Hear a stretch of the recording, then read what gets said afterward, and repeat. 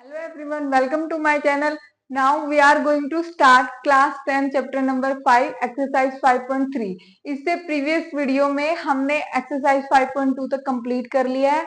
अब देखिए हम एक्सरसाइज 5.3 स्टार्ट करते हैं, लेकिन उससे पहले अगर आपने इंट्रोडक्शन वीडियो को वॉच नहीं किया है तो पहले उसको वॉच कीजिए, क्योंकि इंट्रोडक्शन में क्या है, मैंने सब कुछ इस चैप्टर के बारे में जो जो बेसिक चीजें उनको एक्सप्लेन किया है और तभी आपको क्लियर होगा कि कैसे क्वेश्चंस को अटेम्प्ट करना है। वैसे चैप्टर बहुत ही इजी होने वाला है ये, क्योंकि इसमें ज्यादा फॉर्मूले नहीं है। एक ही फॉर्मूला, एक हमें nth टर्म का फॉर्मूला पता होना चाहिए और एक हमें SN जो कि सम होता है, जो कि हम इस एक्सरसाइज में करेंगे। इससे प्रीवियस जो हमने एक्सरसाइज 5.2 की उसमें हमने क्या किया है, nth टर्म कैसे फाइंड आउट करने हैं या किसी भी एपी की में कितनी टर्म है वो कैसे फाइंड आउट करना है, वो सभी हमने किया है।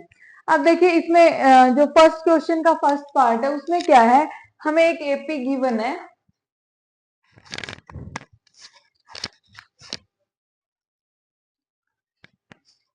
हाँ जी, देखिए इसमें हमें क्या करना है, find the sum of the following AP. जैसे पहले फर्स्ट पार्ट करेंगे, एपी हमें गिवन है, तो एपी अगर गिवन है तो इसका मतलब पहले तो आपको ये समझ जाना चाहिए कि इसका कॉमन डिफरेंस सेम रहेगा, क्योंकि कोई एपी तभी मतलब कोई सीरीज या कोई सीक्वेंस एपी तभी बनती है जब उसका कॉमन डिफरेंस क्या होता है, सेम होता है। तो यहाँ पे देखिए फर्स्ट टर्म गिवन है, ये एक एपी है, इसकी फर्स्ट टर्म 2 है, second term 7 and 12 up to 10 terms है ये।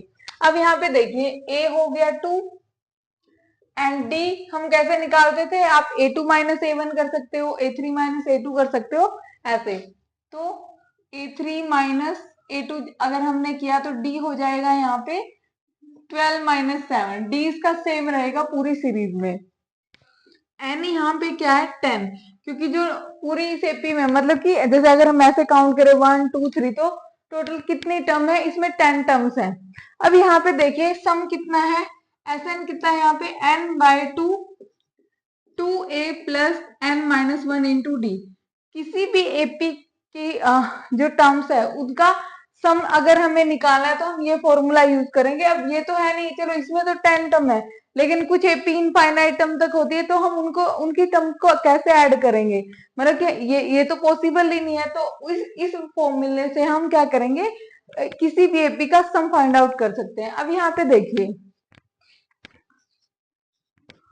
एन यहाँ पे हो गया 10 डिवाइड बाय 2, 2 मल्टीप्लाई यहाँ पे होगी फर्स्ट टर्म प्लस एन यहाँ पे कितना है वही 10 हो गया, 10 माइनस 1 मल्टीप्लाई डी यहाँ पे हो गया 5। Now 2 5 are 10, 7 2 are 14 plus 10 minus 1 9, 9 5 are 45 and the next step is 5। अब मल्टीप्लाई, अब हम क्या करेंगे, देखिए पहले हमने जो बोर्ड मास रूल किया है, बोर्ड मास के अकॉर्डिंग क्या होता है कि जैसे अब यहाँ पे क्या है मल्टीप्लाई है, इसमें क्या है सम है, तो मल्टीप्लाई करते हैं, लेकिन ये पूरी एक ही टर्म है ब्रैकेट में।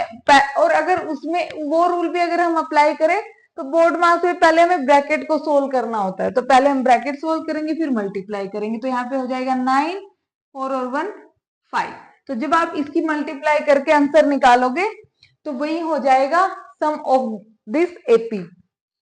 हाँ, इसमें एडिशन करेक्ट किया है, तो इस तरह से आपको कर लेना। आप देखिए सेकंड पार्ट पे चलते हैं। यहाँ पे a कितना है -37, d कितना है, अगर मैं a2 माइनस a1 करूंगी -33 माइनस, अब ये हो जाएगा -37, क्योंकि हम माइनस मतलब सब्ट्रैक्ट कर रहे हैं और ये पहले से ही माइनस में है, तो -33 प्लस 37। नाउ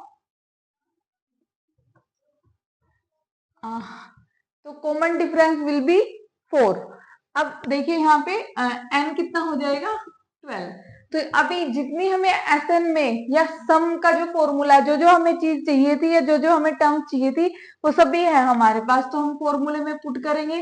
क्या था n बाय 2 2a, तो a कितना हो जाएगा यहाँ पे -37 plus n minus 1 12 minus 1 into D, D यहाँ पे क्या है 4, तो ऐसा नहीं यहाँ पे हो जाएगा 2 6 12। अब देखिए 37 2 इसकी मल्टीप्लाई करेंगे एंड फिर हम किसको सोल्व करेंगे, नेक्स्ट ब्रैकेट को। -37 प्लस 12 - 1 11 4 जा 44। यहाँ पे Sn हो जाएगा 6 मल्टीप्लाई। अब क्योंकि यहाँ पे एक माइनस में एक प्लस में है, लेकिन माइनस वाला क्या है, लार्ज नंबर है, तो साइन माइनस में ही आएगा और सब्ट्रैक्शन हो जाएगी। तो ये आ गया -180। सो we can say sum of this AP is क्या आ गया, -180। इस तरह से आपको सभी क्वेश्चन को सोल्व करना। आई होप आपको अच्छे से क्लियर हुआ होगा। अगर फिर भी कोई डाउट है तो कमेंट बॉक्स में कमेंट